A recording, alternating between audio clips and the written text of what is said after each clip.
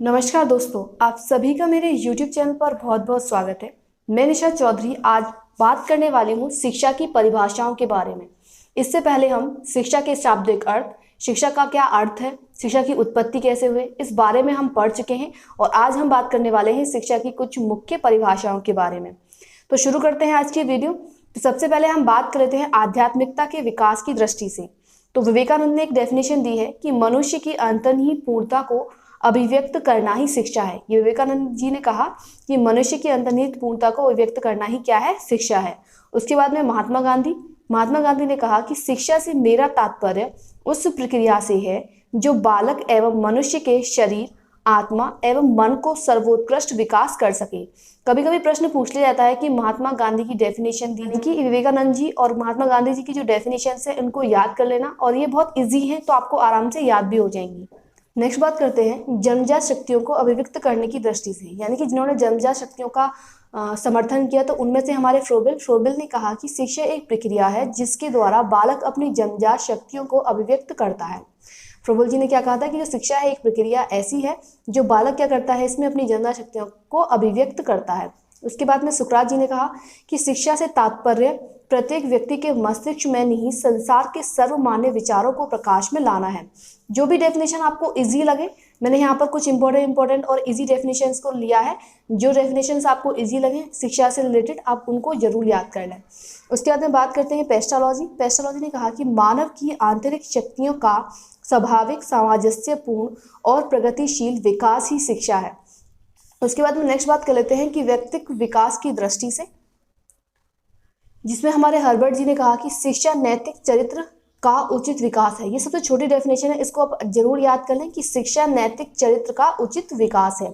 उसके बाद में नेक्स्ट है कि वातावरण के साथ अनुकूलन करने की दृष्टि से, यानी कि जिन लोगों ने वातावरण के साथ अनुकूलन करने वाली बात का समर्थन किया कि जॉन ड्यूवी, जिन्होंने कहा कि शिक्षा व्यक्ति की उस समस्त आंतरिक शक्तियों का विकास है जिससे वह अपने वातावरण पर नियंत्रण रख सके तथा अपनी संभावनाओं को पूर्ण कर सके। तो यहाँ तक हमने कुछ इंपॉर्टेंट डेफिनेशंस के बारे में बात की। जो भी आपको इजी लगे और जो समझ में आए उसको अच्छे से याद कर लेना। और सबसे छोटी डेफिनेशन जो है वो हर्बर्ट के अनुसार है कि शिक्षा नैतिक चरित्र का उचित विकास है, और एक विवेकानंद वाली, ठीक है। इन दोनों डेफिनेशन को तो आप मेरी माने तो जरूर याद कर लें। उसके बाद में नेक्स्ट बात कर लेते हैं शिक्षा का महत्व, ठीक है। तो हम आज से बात करते हैं कि शिक्षा का क्या महत्व है, क्यों लेनी चाहिए हमें शिक्षा। तो सबसे पहले जिसमें हमारा पॉइंट है कि व्यक्ति से संबंधित कार्य, जिसमें कि है कि आंतरिक शक्तियों का विकास, शिक्षा मनुष्य की अंतर्निहित शक्तियों को समुचित विकसित करती है। उसके बाद में नेक्स्ट पॉइंट है कि व्यक्तियों के संपूर्ण व्यक्तित्व का उचित विकास, यानी कि जो हमारी शिक्षा है उसके माध्यम से जो व्यक्ति है उसके संपूर्ण व्यक्तित्व का विकास होता है, चाहे वो मानसिक हो, धार्मिक हो, नैतिक हो या आध्यात्मिक हो या संवेगात्मक हो, ठीक है। जैसा कि मैंने आप यहाँ पर देख रहे हैं कि मैंने शिक्षा के महत्व में पहले कुछ हेडिंग्स बनाई हैं, उसके बाद में कुछ हेडिंग्स में लिखा है। ऐसा ही आप जब 2 नंबर के क्वेश्चंस आते हैं आपकी बीटीसी या डीएलएड के एग्जाम में, अगर आप हेडिंग बनाकर वहाँ लिखते हैं तो आपको अच्छे मार्क्स मिलेंगे, ठीक है। नेक्स्ट बात कर लेते हैं कि भावी जीवन हेतु तैयारी। शिक्षा व्यक्ति का सांख्यिक विकास करके उसे प्रत्येक क्षेत्र में सक्षम बनाती है, यानी कि शिक्षा के माध्यम से ही जो व्यक्ति है वो अपने प्रत्येक क्षेत्र में क्या होता है, सक्षम बनता है। उसके बाद में नेक्स्ट है नैतिक उत्थान, यानी कि शिक्षा के माध्यम से जो शिक्षित व्यक्ति होते हैं वो अच्छे बुरे कार्य में भेद कर पाते हैं। यानी बात करते हैं कि मानवीय गुणों का विकास, शिक्षा के द्वारा घृणा, क्रोध एवं लालच आदि से छुटकारा मिल जाता है तथा सद्भावना, प्रेम, सहकारिता, दया आदि का विकास होता है। यानी कि शिक्षा के माध्यम से क्या होता है कि मानवीय गुणों का विकास होता है, जिसमें उसका घृणा, क्रोध, लालच आदि इन सब से छुटकारा मिल जाता है, और सद्भावना, प्रेम और सहकारिता और बात करें कि दया, इन सब का विकास होता है। नेक्स्ट है कि समय, ये तो हमारे थे कि व्यक्ति से संबंधित कार्य, यानी कि जो व्यक्ति से संबंधित कौन कौन सी जो हमारी क्वालिटीज़ हैं जो हमारी निकल कर आती हैं शिक्षा के माध्यम से। अब हम बात कर लेते हैं कि समाज संबंधी कार्य, ठीक है। शिक्षा का समाज पर क्या प्रभाव पड़ता है, तो सामाजिक नियमों का ज्ञान, शिक्षा के माध्यम से सामाजिक नियमों का ज्ञान हो जाता है। नेक्स्ट है प्राचीन साहित्य का ज्ञान, शिक्षा के माध्यम से होने वाला प्राचीन साहित्य का ज्ञान हमें समाज की पिछली तस्वीर से अवगत कराता है। उसके बाद में नेक्स्ट है कि कुरीतियों के निवारण में सहायक, यानी कि जो शिक्षा होती है वो कुरीतियों के निवारण में सहायक होती है, ठीक है। उसके बाद में है कि शिक्षा के माध्यम से आने वाली पीढ़ी को सामाजिक कुरीतियों के दुष्परिणामों से अवगत कराकर उन्हें दूर किया जा सकता है। ठीक है, यानी कि शिक्षा ही एक ऐसा माध्यम है जिसके कारण हम आने वाली पीढ़ी को जो कुरीतियों के दुष्प्रभावों से क्या करें, अवगत कराएं, उन्हें बताएं और उनसे उन्हें दूर रखा जा सकता है। उसके बाद में बात करते हैं कि सामाजिक भावना का विकास, और शिक्षा के माध्यम से ही सामाजिक भावना का विकास होता है। नेक्स्ट है कि हमारी सभी धर्मों के विषय में उदार दृष्टिकोण, यानी कि जो शिक्षा है, शिक्षा के माध्यम से ही हम सभी धर्मों के विषय में क्या करते हैं कि उदारपूर्ण दृष्टिकोण रखते हैं। नेक्स्ट है कि राष्ट्र संबंधी कार्य, यानी कि शिक्षा का राष्ट्र पर क्या प्रभाव पड़ता है, तो शिक्षा का राष्ट्र पर प्रभाव ये पड़ता है कि भावात्मक एकता, यानी कि शिक्षा के माध्यम से क्या होता है कि धर्म, जाति, राज्य, भाषा, रीति रिवाज एवं पहनावे को देखते हुए भारत में अनेक भिन्नताएं पाई जाती हैं, जैसा कि हम सब ये जानते हैं। उसके बाद में शिक्षा क्या करती है कि शिक्षा समस्त धर्मों के मूलभूत सिद्धांतों को समझा सकती है, यानी कि शिक्षा के माध्यम से ही हम सभी धर्मों के जो मूलभूत सिद्धांत हैं उसके बारे में जान सकते हैं। कुशल नागरिक, जो शिक्षा है वो व्यक्ति को कुशल नागरिक बनाती है। कैसे कि शिक्षा के द्वारा प्रत्येक व्यक्ति को उसके कर्तव्यों तथा अधिकारों का ज्ञान कराया जा सकता है, यानी कि शिक्षा के माध्यम से ही जो व्यक्ति होते हैं उन्हें उनकी कर्तव्यों और अधिकारों का ज्ञान हो जाता है। नेक्स्ट बात कर लेते हैं कि राष्ट्रीय विकास। देश के सभी व्यक्ति शिक्षित होंगे तो निश्चित ही राष्ट्र के नागरिक आत्मनिर्भर बनेंगे व आय में वृद्धि होगी, जिससे क्या होगा कि राष्ट्रीय आर्थिक विकास दृष्टिकोण होगा। यानी क्या होगा कि शिक्षा के माध्यम से राष्ट्र का विकास होगा। कैसे कि अगर जब व्यक्ति हमारा आत्मनिर्भर बनेगा और उसकी आय में वृद्धि होगी तो निर्भर सी बात है कि वो व्यक्ति भी कहाँ रहता है, राष्ट्र में रहता है, तो राष्ट्र का भी विकास होगा। उसके बाद अगर हम बात करें राष्ट्रीय एकता, यानी कि हमारी शिक्षा के माध्यम से ही व्यक्ति में राष्ट्रीय एकता का भाव जागृत होता है। उसके बाद में नेक्स्ट है सार्वजनिक हित संबंधी, यानी कि स्वार्थ की भावना छोड़कर सार्वजनिक हित को ध्यान में रखना चाहिए। यानी कि शिक्षा के माध्यम से ही हम ये सीख पाते हैं कि जो स्वार्थ की भावना को छोड़कर हमें जो सार्वजनिक हित को ध्यान में रखना चाहिए। नेक्स्ट है राष्ट्रीय आय संबंधी, यानी कि निर्भर सी बात, जैसा कि अभी हमने पढ़ा कि जो अगर व्यक्ति शिक्षित होकर आत्मनिर्भर बनेगा तो हमारा क्या होगा कि राष्ट्र की आय में भी वृद्धि होगी। नेक्स्ट है हमारा अधिकार तथा कर्तव्य का ज्ञान, जो हमने अभी पढ़ा कि व्यक्ति को शिक्षा के माध्यम से ही उसके अधिकार और कर्तव्य का ज्ञान हो पाता है, ठीक है, और वो देश के प्रति क्रियाशील बनाया जा सकता है। नेक्स्ट बात करते हैं कि वातावरण संबंधी कैसे कि व्यक्ति जो है शिक्षा के माध्यम से ही अपने वातावरण में, अपने समाज में समायोजन होना सीखता है और जो परिवर्तन आते हैं उनको स्वीकार करना सीखता है। उसके बाद में नेक्स्ट बात करते हैं शिक्षा का उद्देश्य। लेकिन शिक्षा के उद्देश्य क्या होते हैं यह जानने से पहले हम यह जानते हैं कि ये उद्देश्य होते क्या हैं। तो उद्देश्य की बात करें तो उद्देश्य की अवधारणा, उद्देश्य शब्द की उत्पत्ति उत प्लस दिश, यानी कि इन दो शब्दों से हुई है और इससे क्या बना है हमारा उद्देश्य। उत का अर्थ होता है ऊपर की ओर तथा दिश का अर्थ होता है दिशा दिखाना। उत का मतलब ऊपर की ओर, दिश मतलब दिशा दिखाना, यानी कि उद्देश्य का शाब्दिक अर्थ है ऊपर की ओर दिशा दिखाना, ठीक है, या फिर बोल सकते हैं कि उच्च दिशा का संकेत करना होता है।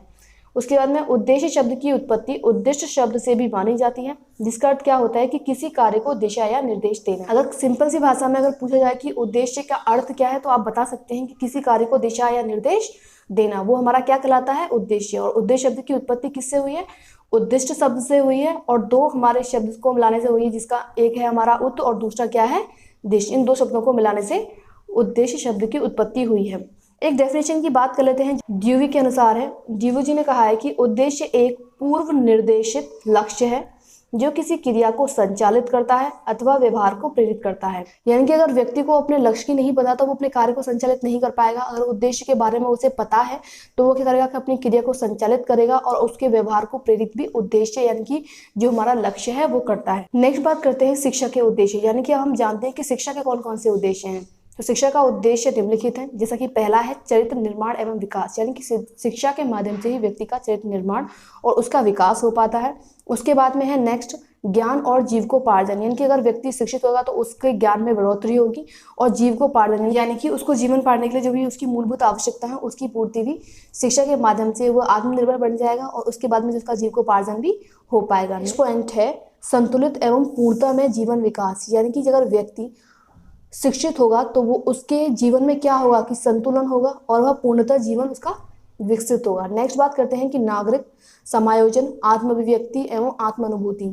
जो शिक्षा के माध्यम से जो व्यक्ति है वो अपने वातावरण में समायोजन करना सीखेगा, आत्माभिव्यक्ति करना सीखेगा, अपने विचारों को बोलना सीखेगा और आत्म अनुभूति करेगा और खुद को पहचान सकेगा। ठीक है, नेक्स्ट बात करते हैं कि सामाजिक दृष्टिकोण विकसित करना। जो हमारा शिक्षा का उद्देश्य क्या होता है कि व्यक्ति के जो सामाजिक दृष्टिकोण है उनको विकसित करना।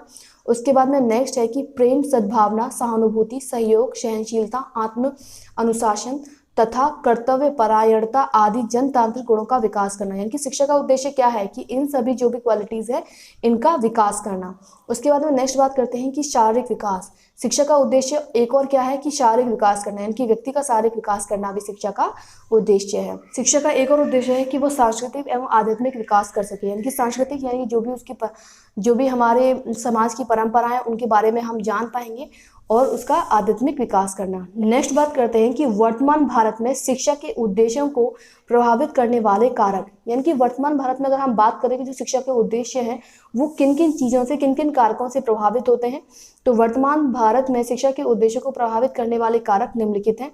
जैसे पहला है हमारा दर्शन एवं जीवन दर्शन। उसके बाद में नेक्स्ट है हमारा राजनैतिक एवं सामाजिक विचारधारा। उसके बाद में नेक्स्ट है हमारा आर्थिक एवं प्राकृतिक दशाएं।